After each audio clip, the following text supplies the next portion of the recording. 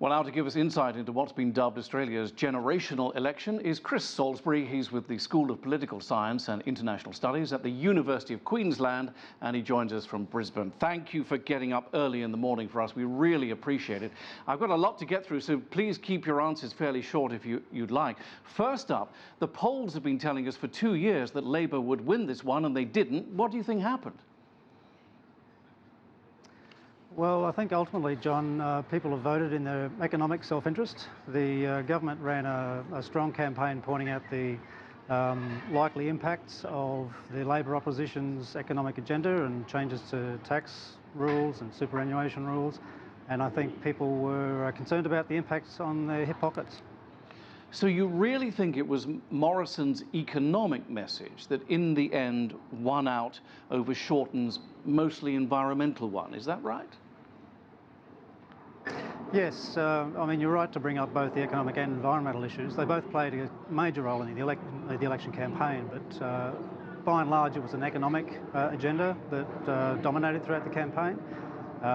And the government was very strong on promising tax cuts and relief to businesses during the campaign. I think that has swayed enough voters, and their focus on what would be likely negative impacts, they suggested, of Labor's agenda has scared away enough voters.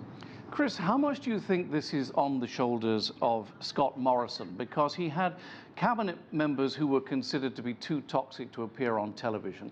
He's the one that ousted Malcolm Turnbull 9 months ago or whatever. He says he's united the party and the country since then. How much of this was a presidential style election, do you think, in which the electorate liked Morrison over Shorten? Simple as that. Yeah, it was very much styled as and depicted as a presidential style campaign from the Prime Minister, at least. Many senior ministers who had been prominent prior to the campaign were in fact largely absent, focusing on shoring up support in their own electorates. And the Prime Minister dominated coverage from the government side and delivering the government message, and made it very much a contest between himself and the opposition leader. Now, throughout the build-up to this, we were told that younger voters were frustrated over climate change and affordable housing issues. What happened in the end? Did they simply not turn up? That's a fair question, and it's one that we'll have to sort of sort through the entrails of the vote. Voting or counting is still underway, of course, but it is something of a surprise that perhaps that expected influx of young voters didn't sway the result as might have been expected, and particularly with climate change being such a otherwise prominent issue. It's going to be interesting to look at the demographic breakdown of just where the vote swung back to the government. And finally, counting will take place, we're told, well into the week to try and see whether the Liberal Party has a majority in Canberra or not. Can you just briefly tell us about that process and what happens if they don't get a majority?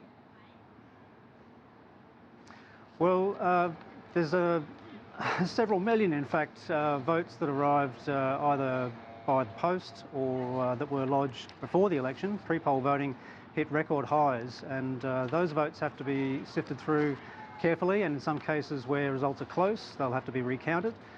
So the final result mightn't be known until another week's time.